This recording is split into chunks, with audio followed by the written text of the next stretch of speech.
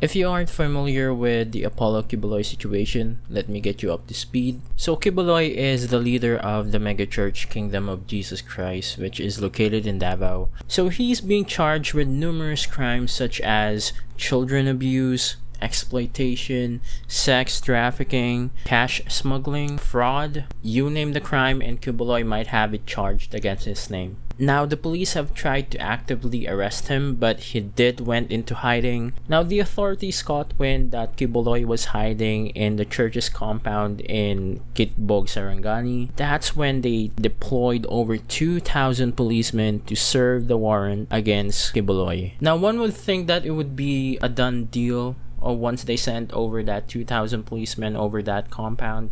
But no, now things got out of hand, and some of the supporters that were loyal to Kibuloy rallied outside the compound to prevent the police from coming in or doing their search, which led to some conflict. Now, unfortunately, people were injured, and based on the article that I'm reading right now, is one church member even died because of a heart attack. And what's sad is that authorities were not able to apprehend Kibuloy during that time, which really is unfortunate. But you guys have to know that the property that Kibuloy is hiding in, the Kingdom of Jesus Christ's compound, it's actually massive. So here's a picture of the compound. It not only has their church, which can accommodate around 75,000 people, it also has their own hangar. Yes, that is right.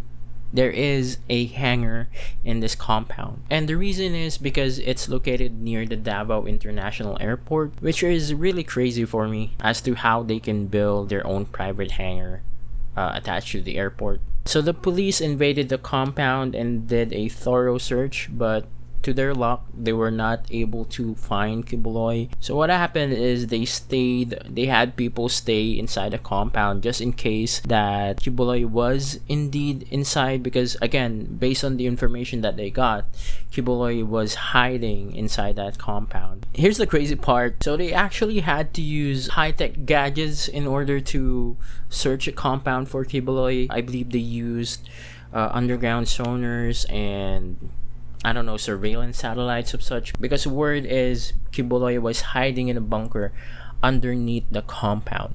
So not only does this compound have its own arena, its own hangar, acres of land, but it also has its doomsday bunker underneath. And that's just mind-boggling for me. Like, I get the arena, maybe the hangar, but a bunker, a doomsday bunker?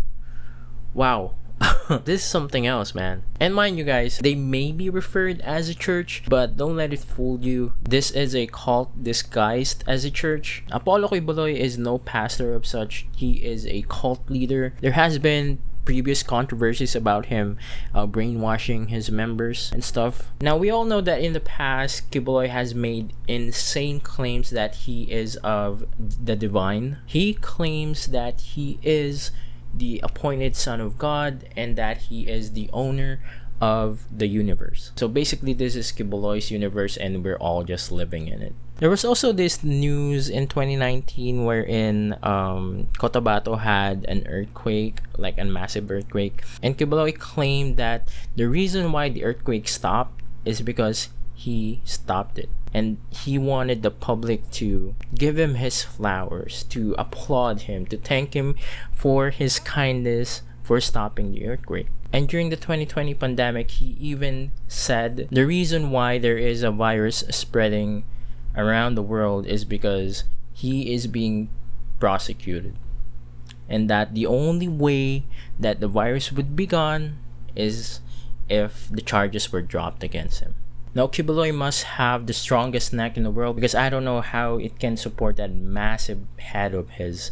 Now, after weeks of hiding, Kibuloy finally emerged from the freaking nightosphere or something and surrendered to authorities yesterday, September 8th. Now, I don't know if they were running out of food or the lack of supplies or something, or maybe he was just plain out bored and wanted to say, screw this, let's just get this over with. Now, news broke out yesterday when Interior Secretary Ben-Hur Abalos shared a photo on Facebook that Kibuloy was finally captured. Now, there are some arguments around this because one of Kibuloy's lawyers actually claims that he surrendered and was not captured, and that the caption on the secretary's Facebook post is actually incorrect.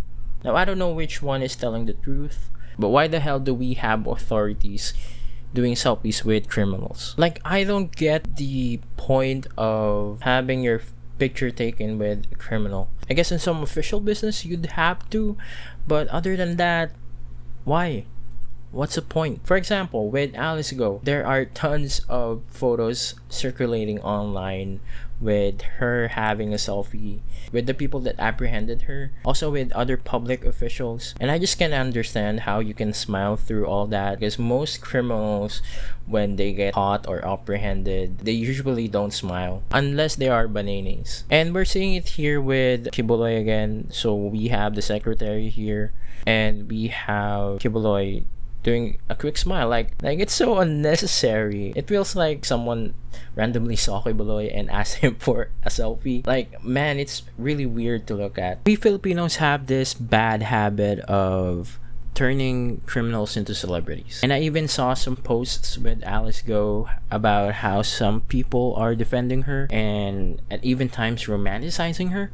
Like, why do we keep putting these types of people into a pedestal? Like, I don't know, that's just a sad reality, and it really shows what kind of a nation, what state of the nation we are in. And I don't know, it's just really sad. So based on the latest news, Kibuloy was flown over to Metro Manila and was taken to the PNP Custodial Center in Camp Crame, which he will stay there until further notice, I guess. But yeah, that's the latest news as of time of recording, and I just hope that Kibuloy's trial would start immediately.